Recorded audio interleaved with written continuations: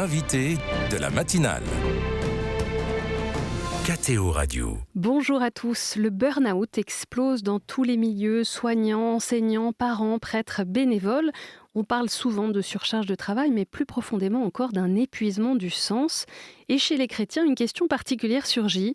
Comment entendre l'appel du Christ à donner sa vie sans finir par se détruire soi-même ? Où est la frontière entre charité, dévouement et oubli de soi ? Pour en parler ce matin, nous recevons le frère Jean-Marie Guelette, dominicain, médecin, théologien, moraliste. Bonjour frère Jean-Marie Guelette. Bonjour. Vous avez rédigé il y a une dizaine d'années pour la revue Études un long article sur les spécificités du burn-out chrétien. Vous dites que le burn-out touche souvent les plus engagés. Pourquoi ? Je n'irais pas dire que ça touche souvent. Enfin, il faut laisser une part importante des situations de burn-out à des situations dramatiques de harcèlement au travail ou de charge de travail imposée de manière injuste. Moi, je me suis posé la question de savoir pourquoi est-ce que des professions ou des activités apparemment chargées de sens, comme les activités de soins ou les engagements dans l'Église, qu'ils soient bénévoles ou salariés ou par le ministère ordonné, pourquoi est-ce qu'on trouvait dans ces professions un impact important du burn-out, alors que on n'est pas nécessairement dans ces situations-là avec une pression managériale très forte, et que surtout on est dans des situations où l'activité a du sens, et donc où les gens on pourrait se dire, ne sont pas tentés de se dire mais je m'épuise pour rien, quoi. Et pourquoi justement, selon vous, ceux qui aiment particulièrement leur mission, des soignants, des enseignants, des prêtres, des bénévoles, sont-ils particulièrement exposés ? Il peut y avoir justement un effet, on pourrait dire, pervers de cette question du sens, c'est-à-dire que si l'activité dans laquelle on s'est engagé est tellement porteuse de sens qu'elle devient finalement le seul, on pourrait dire la seule identité de la personne, ou la seule source de sens de sa vie, là, il peut y avoir un risque, parce qu'à ce moment-là, il va y avoir le risque de, pour que ma vie ait encore plus de sens, il faut que j'en fasse encore plus, quoi. Enfin, et si je m'arrête, par exemple, quand s'approche l'âge de la retraite ou d'un changement de mission, alors c'est l'effondrement, parce que je ne trouve plus de sens, quoi. Le plus troublant, c'est que les premiers signes ressemblent souvent à des qualités, la disponibilité totale, la générosité, l'hyper-engagement. À quel moment ce dévouement devient-il dangereux ? Je pense quand on s'oublie soi-même, enfin quand on oublie de regarder dans quel état on est, dans quel état de fatigue on est, et qu'on ne veut pas le regarder parce qu'on a trop peur de ce qui pourrait se passer si l'activité en question devait changer ou devait s'arrêter. Une fois de plus, c'est pour ça que des activités porteuses de sens peuvent comporter ce danger-là. Parce qu'on se dit, mais si j'arrête, ma vie n'a plus de sens, quoi. Et quels sont les signaux d'alerte les plus importants ? Est-ce que c'est la culpabilité de se reposer, l'impression de ne jamais en faire assez ? Oui, il me semble qu'il y a souvent des personnes chez qui on constate le développement d'une espèce de je sais pas comment dire ça, de surdité aux signaux d'alarme donnés par l'entourage, quoi. Beaucoup de personnes autour de la personne qui est malade lui disent qu'il y a quelque chose qui ne va pas, que la famille en souffre, que leur santé en souffre, et ces personnes-là sont tellement emportées par ce système qu'ils ont dans la tête qu'ils n'entendent pas, quoi. Dans votre article donc, sur le burn-out propre aux chrétiens, je disais qu'il a été publié dans la revue Études en septembre 2017, vous dites quelque chose de très fort, que l'engagement chrétien peut lui aussi devenir un terrain favorable au burn-out. Alors comment ? Ah ben bien sûr, parce qu'on est en milieu chrétien dans une culture qui met tellement en valeur le don de soi pour les autres que quand on se donne, on a tout bon. Vous voyez bien, enfin, c'est tellement fréquent dans toutes les, comment dire, dans toutes les situations de bénévolat en milieu chrétien où le bénévole en question devient inaccessible à toute remise en question ou suggestion que peut-être des choses pourraient évoluer parce que vous comprenez, avec tout ce que je donne, avec le temps que j'y passe, avec tout ce que je fais.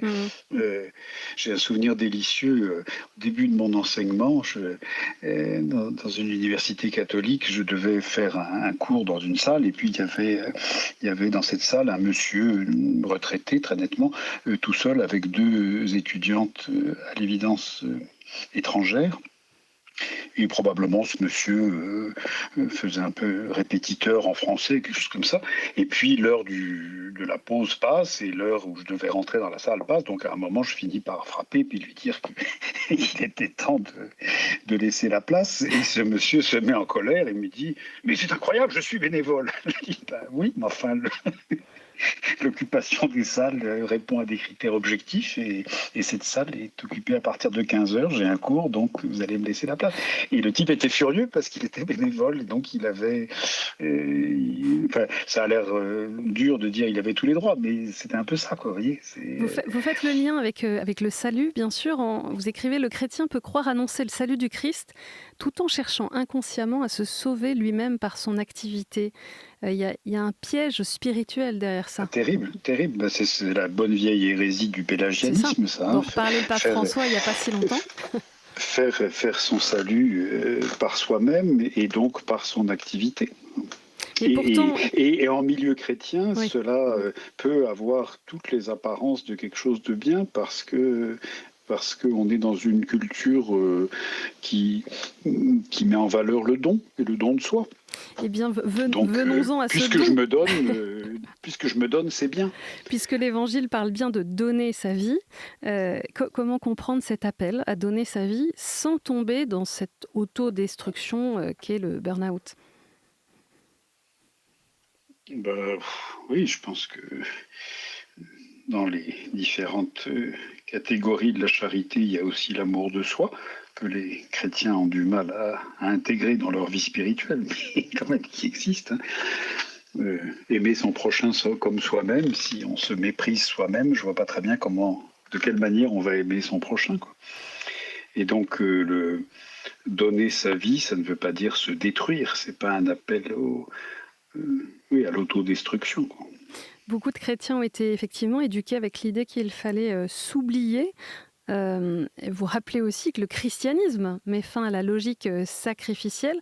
Pourquoi est-ce que c'est essentiel aujourd'hui pour comprendre la véritable charité chrétienne ? Je crois que c'est essentiel parce que tout ça, c'est le lieu d'une interaction très dangereuse entre certaines structures psychologiques et certains aspects de la foi chrétienne, mais en revanche, je ne suis pas trop convaincu que ça soit du fait d'une éducation. C'est-à-dire que moi je trouve ça très frappant de voir que aussi bien un don de soi mal équilibré que des questions autour de la culpabilité se rencontrent chez des gens qui n'ont pas du tout eu une éducation chrétienne ou qui n'ont pas eu une éducation qui les a embarqués dans ce genre d'idées. Donc je crois que c'est des choses dont il faut se dire qu'elles sont potentiellement présentes en chacun d'entre nous et ça peut flamber, quoi. Mais j'irai pas trop facilement me retourner vers une éducation parce que je pense que plus le temps passe, plus on prend de la distance temporelle avec les époques où on enseignait aux enfants une doctrine très rude sur le sacrifice ou offrir ses souffrances, etc. Ça n'existe plus trop. Or, ces comportements-là existent. Donc, ça montre bien que c'est pas uniquement l'éducation. C'est que, je dis, il y a des structures psychologiques qui peuvent déraper au contact de certaines thématiques chrétiennes, surtout si ces thématiques chrétiennes sont entendues, méditées, vécues sans équilibre, on pourrait dire, sans un sens de l'équilibre. Et c'est pour ça que je pense, je reviens à ma petite histoire de la salle de cours, l'un des repères, c'est, comment dire, ce sont les règles objectives, quoi. Oui. Les horaires de travail, les temps de vacances. Ce qui est extrêmement dangereux, c'est par exemple... Le cadre du droit du travail quand on est salarié. Oui, et alors le problème, c'est que justement, on est bien souvent dans l'Église, dans l'illusion qu'à partir du moment où les gens sont bénévoles, il n'y a plus de cadre. Et c'est terrible. On a aussi l'exemple de nombreux saints qui ont vécu jusqu'à l'épuisement. Comment est-ce qu'on peut les regarder aujourd'hui sans idéaliser cette forme de destruction de soi pour la charité?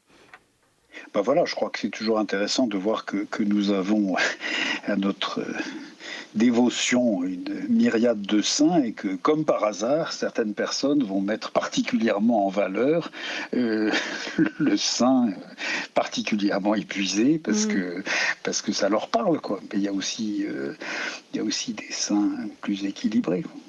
Quelle est pour vous la meilleure manière de vérifier que l'on se donne de manière juste? Je pense que ça passe vraiment par une objectivation, alors qu'il ne doit pas devenir un corset, mais je sais pas, je crois que c'est très sain dans l'Église quand on demande on propose un engagement bénévole à quelqu'un de mettre une durée. Ça ne veut pas dire qu'on va le virer au bout de cette durée, mais ça veut dire qu'on va s'asseoir et évaluer. Et que ça ne va pas être vécu comme un drame absolu si on dit on va passer à autre chose. Les prêtres, ils ont des lettres de mission pour une durée déterminée et après ils passent à autre chose. Et je crois que ça, je ne dis pas que c'est la seule solution et que c'est le seul remède au pélagianisme, mais je pense que c'est des choses qui commencent à se mettre en place justement avec les lettres de mission et des choses comme ça, mais qu'on peut aider des personnes vulnérables dans ce domaine à se protéger. On peut être dans une prévention du burn-out en objectivant, quoi, et en faisant remarquer aux gens qu'ils ont envoyé un mail concernant la vie de la paroisse à 1h du matin et qu'à 1h du matin on travaille pas pour la paroisse, quoi, vous voyez, mais on est dans l'Église, dans un milieu où on a tellement de mal, oui, d'une part à objectiver et puis d'autre part à dire qu'il y a quelque chose qui ne va pas, quoi. Alors tout l'entourage se rend compte que c'est trop, mais personne ne le dit. Et on laisse souvent la personne s'enfoncer dans un activisme complètement effrayant, quoi. Merci beaucoup, frère Jean-Marie Guelette, d'avoir été avec nous ce matin pour parler des spécificités du burn-out chez les chrétiens. Je rappelle que vous êtes dominicain, théologien, moraliste et avec une formation de médecin. Bonne journée à tous.